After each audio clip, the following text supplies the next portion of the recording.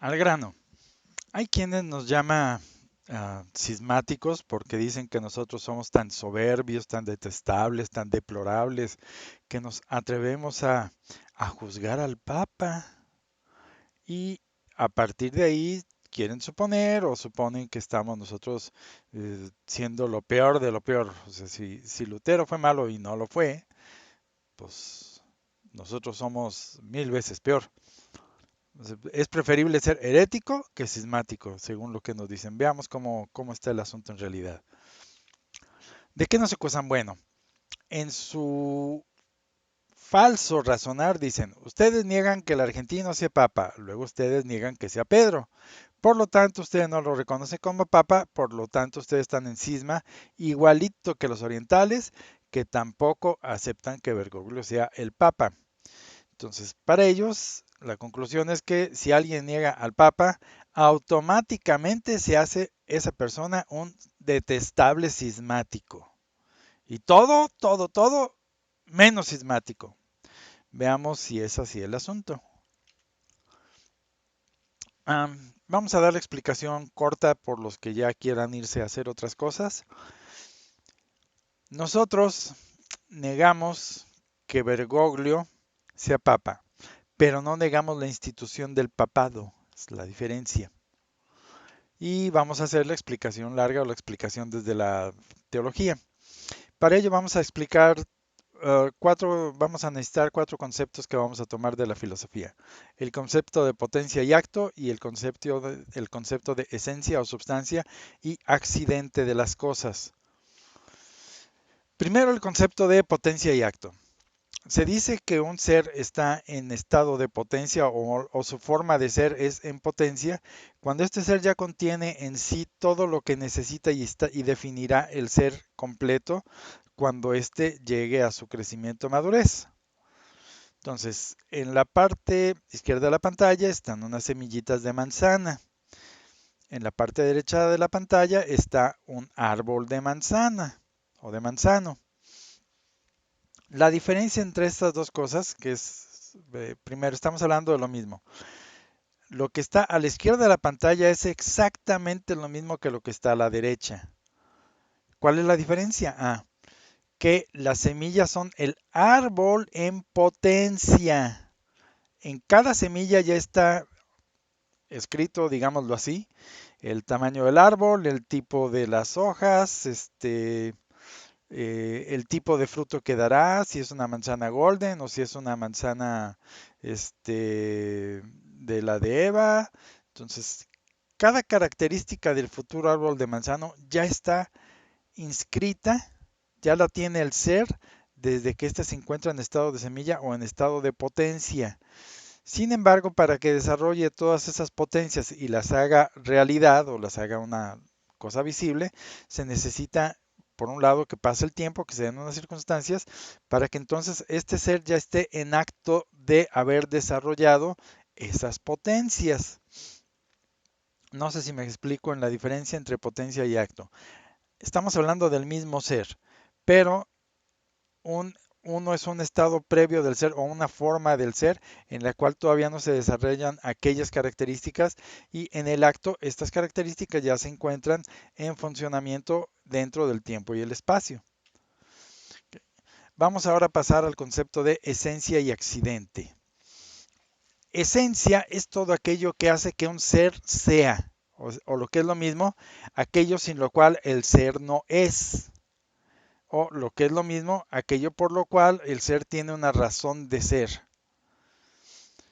Entonces, eso es lo que determina la esencia. Por ejemplo, en el caso de un círculo, la esencia del círculo es que todos los puntos de la circunferencia sean equidistantes del centro, que estén a la misma distancia todos del centro.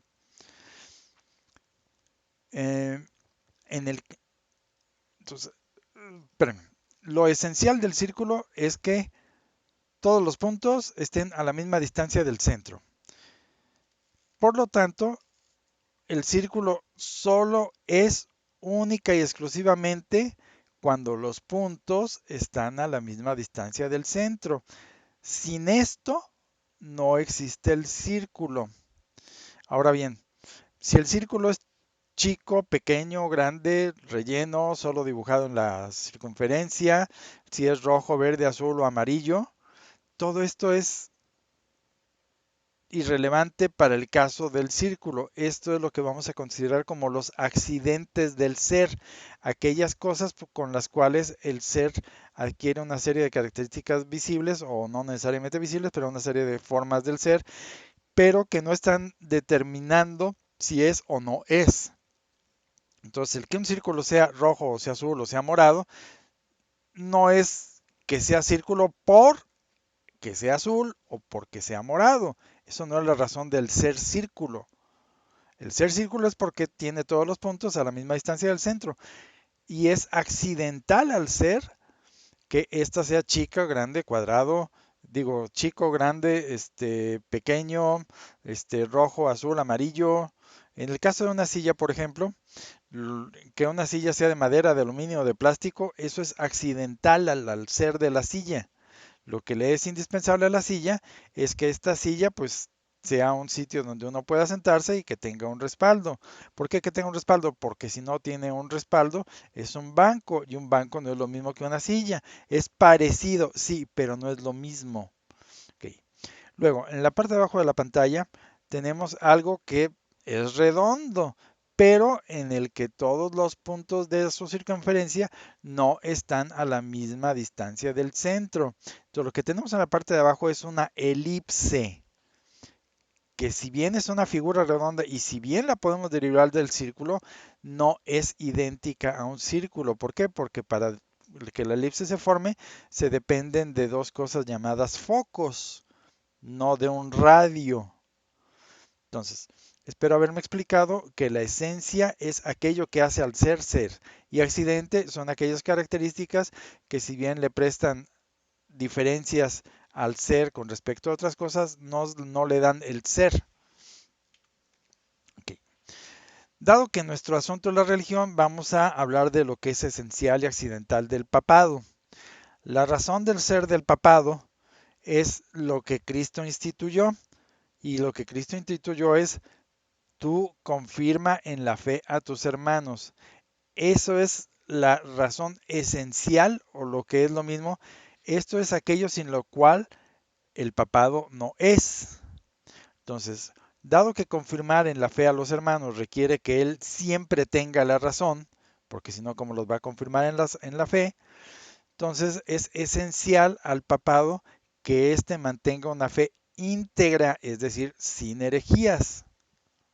Entonces, eso es lo esencial al papado. Lo esencial al papado es que éste sea infalible. Eso es lo que le es esencial al papado.